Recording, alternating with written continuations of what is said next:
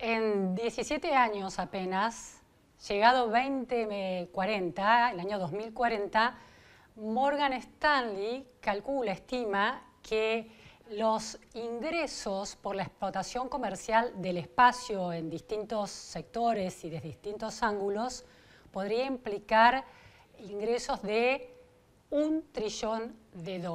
Una cifra tan difícil de concebir como ese espacio infinito en el que estamos insertos. De eso vamos a hablar hoy en la repregunta, de las oportunidades para Argentina, de los obstáculos, por ejemplo, la macro, que siempre impacta en ese futuro que la Argentina podría encarar, pero que se vuelve casi inalcanzable. Y lo vamos a hacer con un argentino que está explorando esas posibilidades y es uno de los jugadores importantes en el mundo a la hora de la explotación comercial de los servicios espaciales. Me refiero a Emiliano Kargieman. Muchísimas gracias, Emiliano, por estar hoy en la repregunta.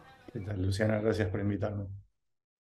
Bueno, Emiliano es el CEO y fundador de Satellogic, una empresa que fue creada en 2010 y se dedica a mapear la Tierra para proveer esa información y que gobiernos, empresas, organizaciones, individuos tomen decisiones basadas en ese mapeo casi en tiempo real de todo lo que sucede sobre la geografía de la Tierra. Lo hace fabricando satélites pequeños y lanzándolos en especie de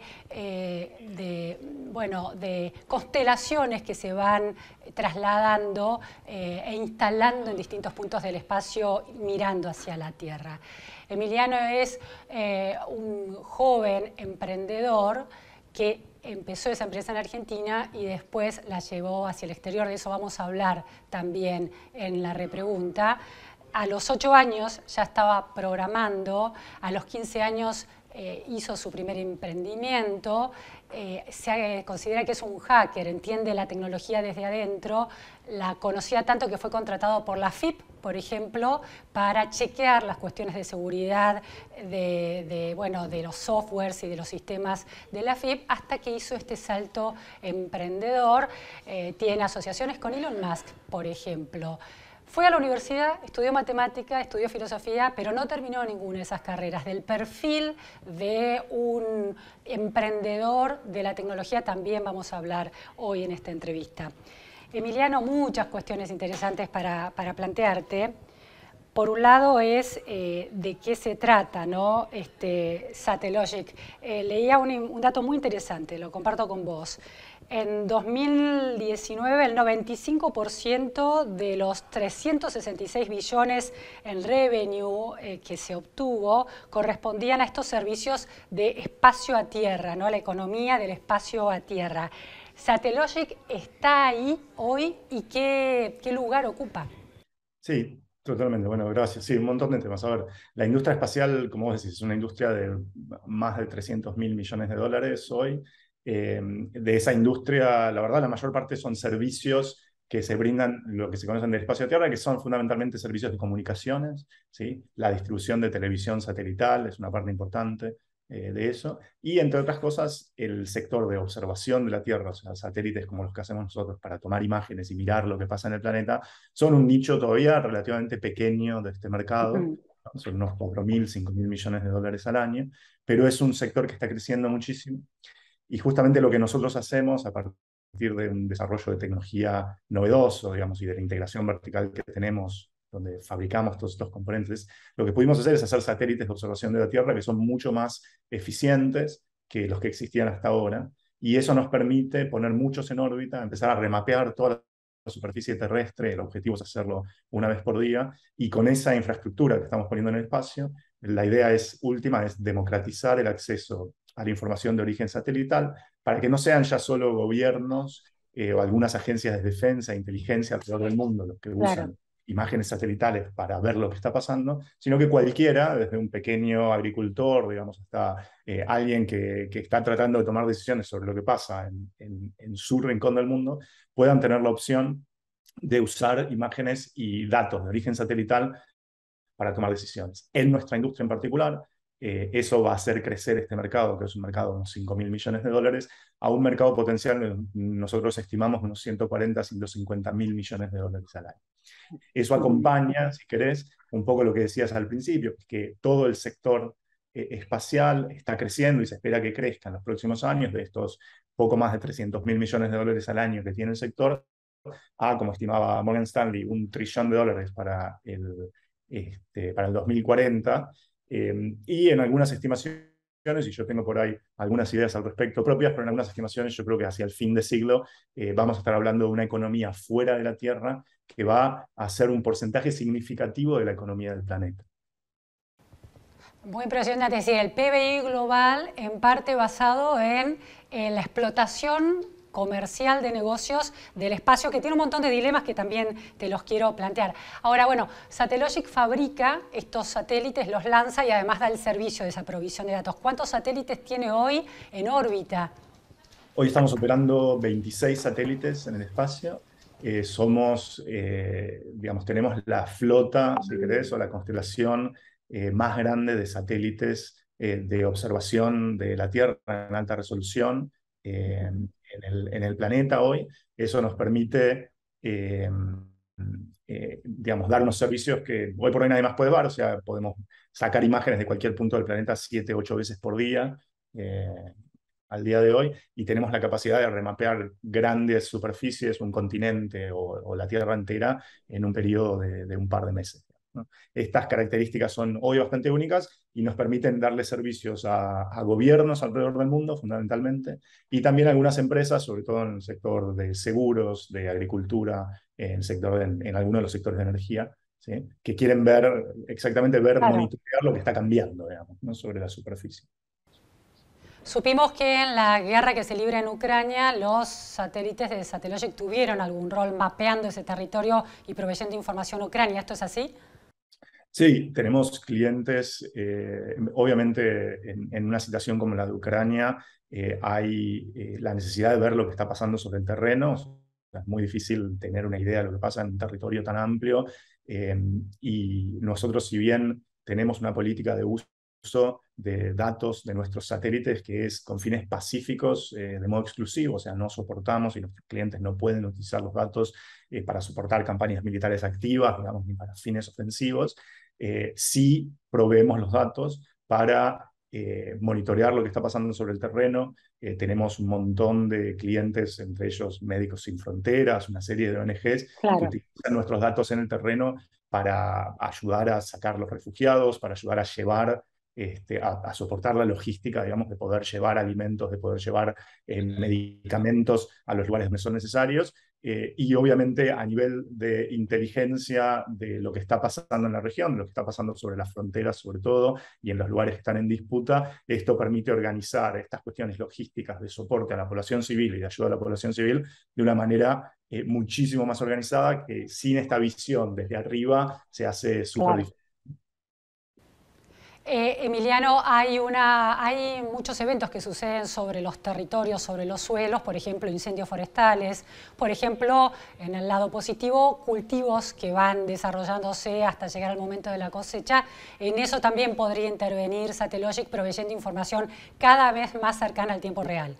Exacto, nosotros creamos la compañía con la idea de poder ayudar a resolver lo que creemos que son algunos de los problemas más grandes de la humanidad hoy, que tienen que ver con cómo gestionamos los recursos naturales que tenemos para proveer alimentación, o sea, para generar y distribuir alimentos para 8.000, 9.000 millones de personas, para generar y distribuir energía para 8.000, 9.000 millones de personas en una manera que sea sostenible, o sea, donde no nos comemos los recursos de generaciones futuras.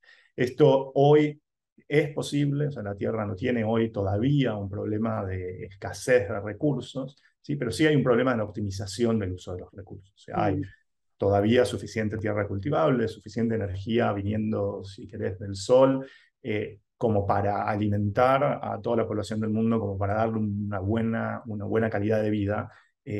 Pero lo que tenemos que hacer es tomar decisiones todos los días, y esto es a nivel de corporaciones, de gobiernos, pero también a nivel de pequeñas empresas e individuos, tomamos decisiones todos los días que afectan cómo es el resultado neto de la productividad primaria del suelo, la productividad energética, la distribución de energía. Entonces, un poco la idea con la que comenzamos la compañía es que esta visión que nos da poder mirar toda la Tierra por completo desde el espacio todos los días y ver lo que está cambiando es una herramienta que nos permite tomar mejores decisiones en el día a día, ¿sí? Para eventualmente llegar al resultado final, que lo que queremos es justamente poder sostener a la población de la Tierra en las mejores condiciones posibles con los recursos que tenemos. Emiliano, la empresa nació en la Argentina y después se fue diversificando su operación en distintos puntos del mundo.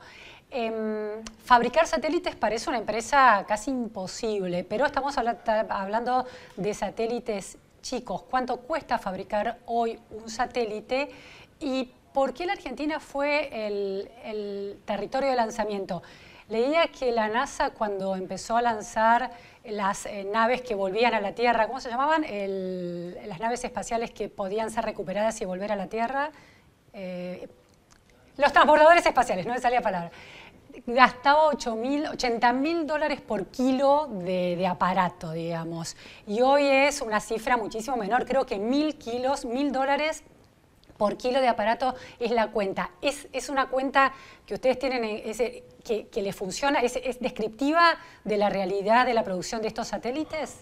A ver, sí, hay varias cosas, digamos. Por un lado, nosotros podemos construir hoy satélites que hacen lo que hacen nuestros satélites, no porque seamos mucho más inteligentes que todo el resto del mundo, sino por una serie de características o una convergencia, si querés, de características y de olas de tecnología que se van dando al mismo tiempo. Una es justamente lo que mencionabas, que es la bajada del costo de poner 1 kilo de carga en el espacio, ¿no? Históricamente estaba en el orden de los $80.000, $50.000 por kilo, dependiendo del sistema que usabas para poner algo en órbita. Eso bajó en algún momento y se estabilizó en alrededor de los $20.000 por kilo, ¿sí? Y en los últimos años ha bajado de manera muy significativa, entre otras cosas, gracias al empuje de SpaceX, pero está bajando en una serie de distintas dimensiones. Hoy está más o menos en el orden de los $5.000 por kilo, lo que te permite, obviamente, poner satélites en órbita con un costo mucho menor, y entonces empiezan a cerrar otros modelos de negocio que antes era más difícil que cerraran, ¿sí? Con los precios por kilo tan altos. También, al estar el precio por kilo de poner algo en órbita un poco más bajo, te permite tomar más riesgo. O sea, te permite decir, bueno, si solo cuesta $5.000 el kilo, entonces por ahí me arriesgo a que esto no funcione, ¿sí? Porque Antes solo puedo reemplazar, ¿no? Antes solo podía hacerlo un gobierno, la NASA, y ahora pueden hacerlo privados con capital de riesgo que dimensionen ese riesgo y dicen, bueno, es manejable. Entonces, eso es una de las variables. Y después arriba de eso tenés otras tendencias, la estandarización, por supuesto, de las interfaces de lanzamiento, o sea, que se haga más fácil decir, tengo un satélite, ¿cómo lo pongo en un cohete? Pero en parte también tiene que ver con el diseño por computadora, ¿sí?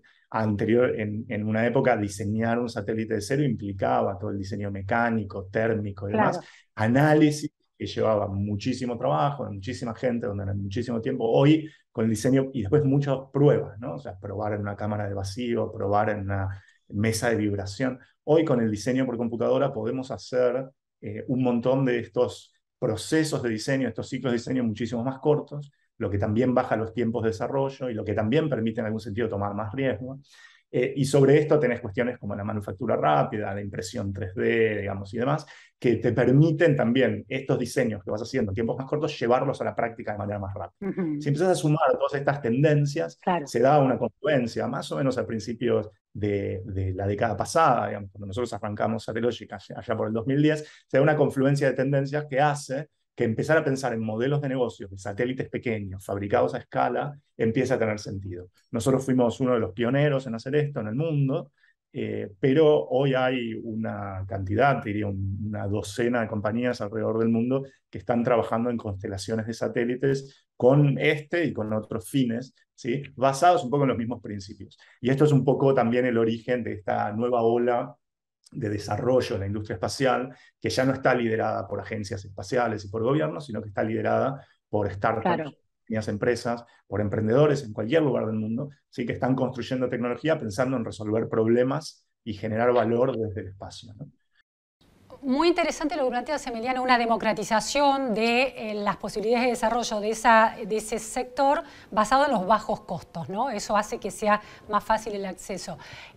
Otra cuestión que te quiero preguntar es, ¿Qué de todas esas tendencias acumuladas, esas capas de tecnología y de innovación tecnológica que se van consolidando, tenía Argentina al momento en que ustedes empezaron a construir, a lanzar este emprendimiento de construir estos satélites? Porque vos has hablado de que Satellogic es una empresa con ADN argentino. ¿Qué aportó en términos de tecnología, de posibilidades de tecnología a la Argentina de ese 2010, y qué rol tuvieron agencias del Estado como ARSAT, completamente estatal, dedicada a la construcción de satélites, lanzamiento de satélites para comercializar estos servicios, o la Comisión Nacional de Actividades Espaciales, más orientada a los satélites con fines de observación científica? ¿Qué rol tuvieron en todo el emprendimiento de ustedes? Yo creo que es interesante. Nosotros decimos, digamos, que obviamente pudimos hacer esto en Argentina porque hubo 40, 50 años de inversión sistemática, digamos, en la tecnología que terminó con un montón de conocimiento acumulado alrededor de tecnología espacial. Y la Argentina tiene, por cuestiones históricas, digamos, y da para una larga charla, dos áreas tecnológicas donde ha invertido de manera sistemática a través de gobiernos de distintos signos durante los últimos 40, 50 años, que son el sector espacial y el sector nuclear, ¿no? Y yo creo que eso genera y le da al país algunas oportunidades interesantes. Hay un trabajo, te sumo un detalle, me parece, hay un trabajo muy interesante del economista Andrés López sobre el desarrollo del sector espacial en la Argentina y lo vincula exactamente con el desarrollo previo del sector nuclear también.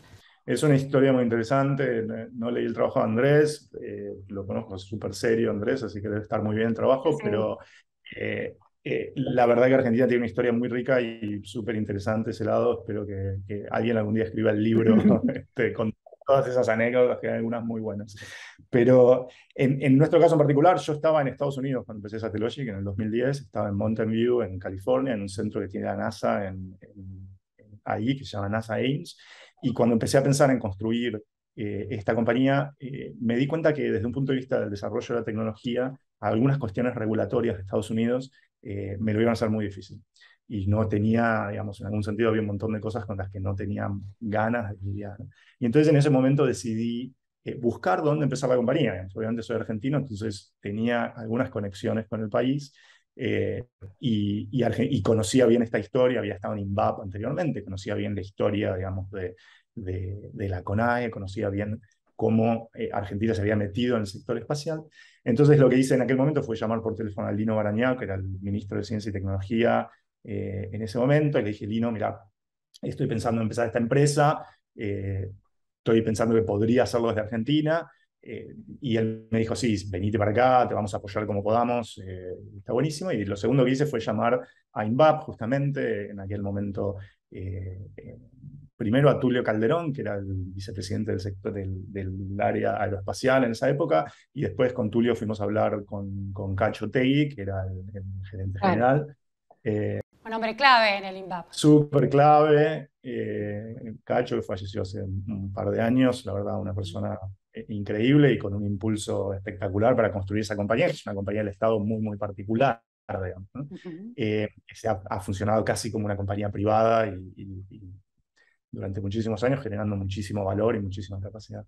Y bueno, y ellos me abrieron la puerta para incubar estas ideas en Bariloche, para irme para allá, me dieron un lugar para ponerme, para sentarme, y sobre todo me dieron acceso a hablar con los técnicos y con los ingenieros de INVAP, porque yo en algún sentido no sabía nada o prácticamente nada de satélites, sabía por ahí cómo hacer empresas de tecnología, tenía una idea muy clara de lo que quería hacer, y sabía construir otro tipo de tecnología, digamos, sabía algo de electrónica, algo de computación, pero no sabía nada de satélite. Sí, un satélite es, wow, es un salto, ¿no? Parte de mi entendimiento en ese momento, yo creo que fue lo que nos permitió hacer lo que hicimos, era que, por un lado, eso, que no hay nada particular en un satélite, es como yo siempre digo, es como una especie de robot muy tonto, digamos, porque como robot, ¿viste? Tiene que reaccionar muy lento, en el espacio nada pasa demasiado de golpe, ¿entendés? Claro. O sea, ahí se mueve despacito. Entonces, sí. Pues, desde mi punto de vista, hacer un auto que se maneja solo es mucho más difícil que hacer un satélite, digamos, ¿no? Y entonces yo venía con esa visión de decir, bueno, en realidad esta tecnología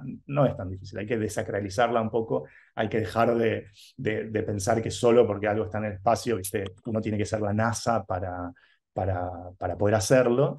Y obviamente también cuando te sentabas en Bariloche y escuchabas las historias de cómo habían fabricado los primeros satélites, el SAC-A, el SAC-B, en la casa que tienen en Soria Moria, ahí en el medio de la montaña, también te daba un poco esa sensación, ¿no? Que digo, no, Claro, nadie empezó siendo, ¿viste?, la NASA, o sea, todo el mundo empieza en un garage en algún lado, ¿no? Y eso claro. fue lo que hicimos, nosotros nos instalamos ahí en ese momento, la verdad, gracias a que nos abrieron la puerta en INVAP, estuvimos 2 años ahí, desde 2011 hasta 2013, a través de lo que fue el diseño de la primera generación de nuestros satélites y el lanzamiento de Capitán Beto, que fue nuestro primer satélite, y cuando terminamos ese proceso, también parte de lo bueno de las incubadoras es que uno tiene que saber cuándo irse de la incubadora y en Claro. ese momento, entonces después de lanzar el Capitán Beto decidimos salir del INVAP en algún sentido y seguir nuestro camino propio, ¿no? Pero desde el punto de vista del rol del Estado al principio en la creación de una compañía de tecnología, yo creo que el caso de Satellogic en Argentina es un caso de libro de las cosas que puede hacer bien el Estado en el proceso de ayudar a crear una compañía de tecnología, desde el punto de vista de dar apoyo, desde el punto de vista de abrir capacidades y facilidades, digamos, para poder arrancar. Y A bueno, ver, Emiliano, quiero entender eso, porque por un lado dijiste, Estados Unidos tenía políticas regulatorias que eran un obstáculo para un emprendimiento como este.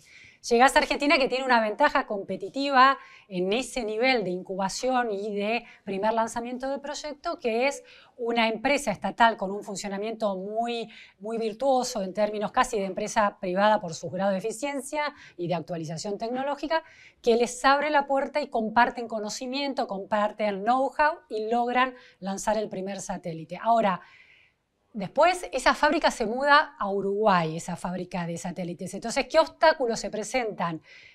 La Argentina es potente, el Estado argentino y la política argentina, las regulaciones son potentes para incubar, pero después a la hora de crecer y explotar ese desarrollo comercial, deja de ser el territorio indicado. ¿Por qué? mira, varios años después, por un lado, por un lado nunca nos mudamos a Uruguay, ¿está bien? Nosotros seguimos teniendo un equipo en Argentina hoy, que es la parte más importante de la compañía en términos de cantidad de gente. Tenemos casi 200 personas en Argentina, donde hacemos todo el diseño todavía de Ah, todos los satélites, de todos los componentes que van en satélites, del software que corre en satélites, o sea, todo esto lo hacemos en Argentina. bien. Y es lo que hacíamos al principio. No es que nos mudamos a Uruguay, es que en un momento tuvimos que tomar la decisión de, bueno, ya tenemos un diseño de satélite que queremos fabricar. ¿Dónde lo vamos a fabricar? Porque Sí. habíamos hecho los primeros prototipos en Argentina, ¿sí? Los primeros 3 prototipos los habíamos hecho en Argentina con mucha sudor, digamos, y lágrimas para tratar de importar los componentes que necesitábamos, para tratar de exportar los satélites terminados, digamos, con muchas trabas desde el punto de vista logístico y de funcionamiento, con una cadena de proveedores locales de tecnología en el país que no está bien desarrollada, digamos, o sea, un montón de problemas que hacían difícil pensar que uno pudiera escalar la producción de satélites en serie dentro de Argentina en esas condiciones. Entonces, cuando tuvimos que A tomar ver, la decisión de dónde montar nuestra planta de fabricación, era obvio, en algún sentido, decir, no lo vamos a hacer en Argentina, porque Argentina está muy ujú, bien para un montón de cosas, pero no es el lugar para ponernos a fabricar satélites en serie. ¿Sí? De la misma manera que Argentina no es el lugar para montar nuestro equipo de desarrollo de negocios y ventas, que tiene que ir a venderle a, no sé, los gobiernos del mundo, digamos, ¿no? Eso claro. lo hacemos desde Estados Unidos, lo hacemos desde Europa, lo hacemos desde otros lugares. De esa misma manera, no era una ventaja competitiva en Argentina la fabricación de satélites, ¿no? Ujú. Y eso es lo que nos lleva a tomar la decisión de abrir una planta en otro lado. La abrimos en Uruguay, en una zona franca, en las afueras de Montevideo, porque ese lugar nos permitía, desde el punto de vista de logística y desde el punto de vista de las regulaciones de importación y exportaciones, un funcionamiento, ¿sí?, que no hubiéramos podido conseguir en Argentina de ninguna manera. Me parece interesantísima esa descripción porque por un lado muestra qué encerronas, qué callejones sin salida representa hoy la Argentina para un desarrollo de una empresa como esta, que es, bueno, las condiciones de las cadenas de provisión, las condiciones de exportación y de importación de insumos necesarios para avanzar con esa producción. Eso se muda a otro país. Ahora, dejas un equipo de 200 personas para el desarrollo sofisticadísimo en términos tecnológicos para el desarrollo del diseño de estos satélites. Entonces ahí la pregunta es, si la Argentina tiene alguna oportunidad futura en este sector, ¿es en ese nivel capital humano súper formado para el diseño y la fabricación se hace en otro lugar, dadas las condiciones macroeconómicas y productivas de la Argentina? Sí y no, digamos. O A ver, sea, sí, la parte que sí te diría, obviamente por esto que te decía, razones históricas, digamos, hay gente formada, en algunos lugares, en algunos reductos, en algunas universidades se sigue formando gente con muy buena capacidad. Eh, yo creo que a largo plazo, o sea, creo que por un lado hoy no hay suficiente gente formada en Argentina como para que haya 15 Satellogics, digamos, ¿no? O sea, ajá, bien, realmente no existe gente formada como para hacer eso, ¿no? Entonces, digo, ahí hay una limitación. No es para nosotros, obviamente, resulta algo súper bueno porque tenemos, y sobre todo al principio, ahora hay algunas empresas más arrancando en Argentina en el sector espacial y me encanta estar viendo eso, digamos, ¿no? Siento que generamos un pequeño movimiento y eso está buenísimo, pero al principio, sobre todo, era fácil para nosotros decir, bueno, nos quedamos con los mejores egresados claro, de cada una de las carreras que nos interesan todos los años, porque, y claro, la gente que quiere trabajar en el espacio no tiene muchas opciones de proyectos interesantes, ¿no? Entonces, eso que para nosotros es súper bueno y nos permitió formar un equipo increíble, obviamente si lo mirás desde el otro lado, no es tan bueno. Lo que quiere decir es que, viste, no tenés lugar para realmente que haya, no sé, 100 compañías como esta, que es un poco lo que quieres. Yo creo que ahí claro. Argentina tiene un déficit de formación, un déficit en educación que es muy profundo, digamos, que va, o sea, que empieza antes de la primaria, ¿sí? Que acompaña a toda la formación primaria, la formación secundaria, la falta de escuelas técnicas, digamos, y lo elitista que es nuestra universidad pública, pese a que nos jactamos de que no lo sea, ¿En porque qué sentido? A y ver. porque es muy poca la gente que puede, Ujú. digamos, que puede pagarse atravesar una carrera en una universidad pública, digamos, ¿no? Sobre todo en esas carreras que son tan difíciles, ¿no? Tan demandantes en cuanto a horas de estudio. En todas las carreras. Termina siendo un puñado de gente muy pequeño, un porcentaje muy pequeño de la población de la Argentina la que logra llegar a atravesar una carrera universitaria, porque o sea, y es algo extrema, digamos, si bien nos jactamos de todo lo contrario, yo soy un producto de la educación pública en Argentina, fui a la escuela primaria pública, ¿A terminé qué la escuela escuela fuiste? al Wenceslao Pose. Terminé la escuela secundaria en el Nicolás Avellaneda, también una escuela pública de Buenos Aires, y fui a la UBA. O sea que soy un producto completo de la educación Ujú. pública argentina, y lo digo con mucho dolor.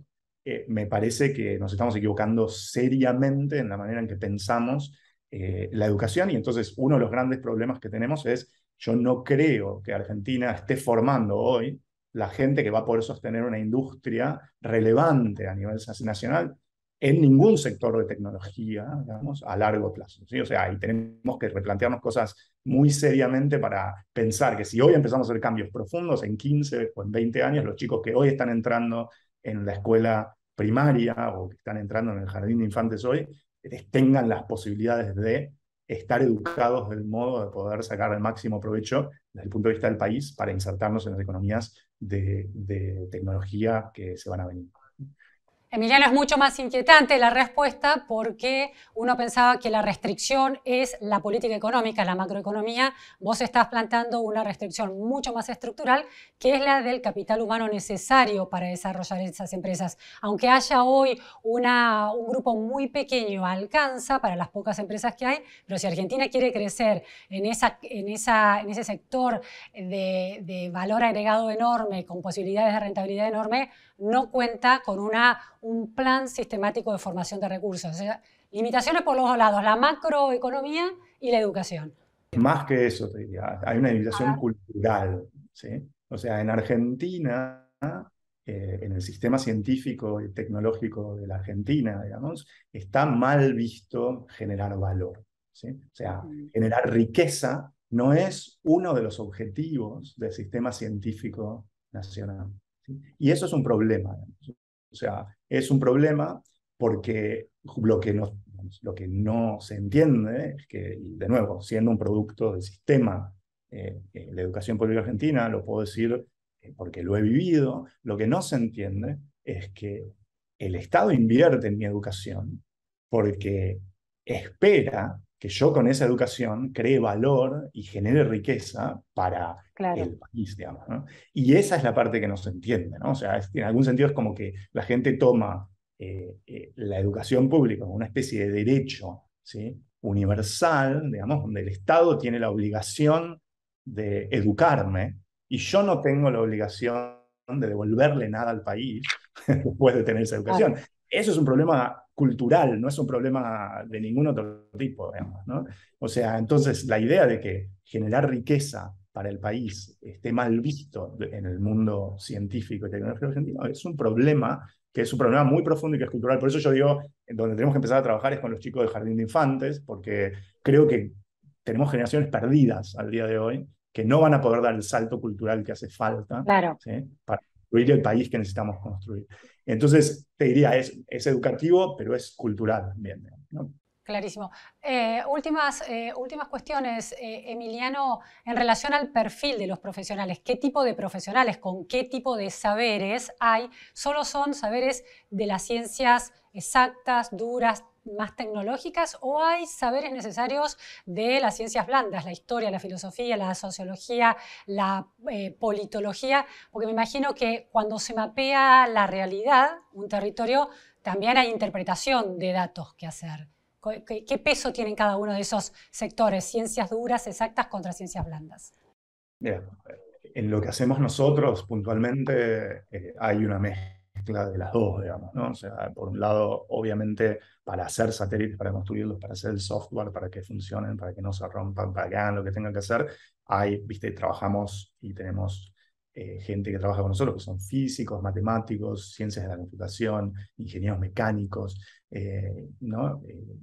Gente que tiene ingenieros electrónicos, gente con una formación en ciencias duras, por un lado, físicos, matemáticos, y por otro lado en carreras técnicas en ingeniería, también muy fuerte, ¿no? Por otro lado, hay un componente de lo que hacemos nosotros, que es un componente, como vos decís, que tiene que ver más con, bueno, cómo se inserta la tecnología que desarrollamos en el contexto del mundo, cómo vendemos, cómo explicamos lo que hacemos, cómo se lo contamos a nuestros potenciales clientes, cómo llegamos a los que van a ser son más blandas, digamos, ¿no? Mucho más blandas, cuestiones que tienen que ver con ventas, con marketing y demás, que en general son disciplinas más blandas, y donde la gente que tiene formaciones más blandas en ciencias sociales y en general las hace y las ejecuta súper bien, porque requiere una inteligencia emocional distinta, digamos, ¿no? Y después obviamente también hay cuestiones propias de organización de la compañía, que tienen que ver con eso, con inteligencia emocional y con algunas cosas que vienen y que provienen de estudiar algunas cosas nuevas. Y en nuestro caso en particular, un componente, perdón, geopolítico también, digamos, ¿no? De Claro. cómo lo que hacemos se inserta en el mundo, en qué contexto. Y eso, bueno, requiere obviamente de un pensamiento también con otro nivel de abstracción y mucho más social, digamos, y mucho más geográfico, mucho más geopolítico, que el pensamiento que hace falta para hacer simplemente los aspectos. Tengo una última cuestión, Emiliano, para plantearte en términos de los desafíos que implica este sector en el impacto ecológico. Hay discusión sobre el tipo de energía fósil que se usa, pero hay algunas soluciones también. Y también en términos del space junk, la cantidad de restos que quedan orbitando alrededor de la Tierra. La Agencia Espacial Europea va monitoreando regularmente unos 29.000 restos por los riesgos de colisión que producen, pero también podrían tener impactos por el tipo de químicos que dejan y de componentes que dejan, más microscópicos flotando, impacto en términos ambientales. ¿Qué interrogantes se están planteando y qué soluciones se están planteando? Sí, viste, es un mundo nuevo el espacio, o sea, digamos, y creo que, y lo que tiene también es que, sobre todo, esta pequeña cáscara de órbita baja que está apenas saliendo de la Tierra, digamos, 400 Claro. kilómetros para arriba, 500 kilómetros para arriba, eh, si bien es un espacio grande, ¿sí? Porque imagínate, estás hablando de toda la superficie de la Tierra, pero esto es con volumen, o sea que tenés un espacio grande y es difícil llenarlo de cosas. Está claro que tenemos que ser cuidadosos con cómo lo manejamos, porque si lo contaminamos, digamos, con un montón de objetos que hacen que después en el futuro sea difícil salir de la Tierra, estamos generando un problema enorme para las generaciones futuras. Entonces, ser responsable sobre cómo usamos ese espacio, que en algún sentido es pertenece a toda la humanidad y pertenece a las generaciones futuras, es algo que tenemos que tener muchísimo cuidado. Hasta hoy era relativamente fácil, porque era un puñado de países alrededor del mundo los que tenían capacidad de poner cosas en órbita, y entonces había una especie de regulación, un pequeño club que se Claro, regulaba.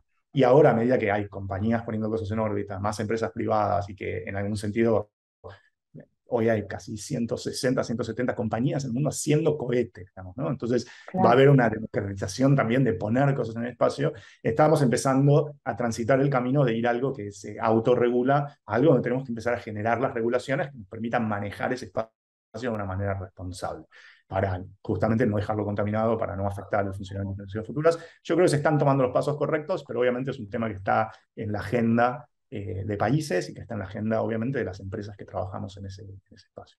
Muchísimas gracias, Emiliano Kargelman, por este panorama del sector, de las oportunidades y los callejones sin salida que todavía tiene Argentina frente a sí para aprovechar y, poner a la Argentina en proa hacia el futuro. Muchas gracias. Muchas gracias, Luciana. Esto fue La Repregunta. Muchas gracias a todos.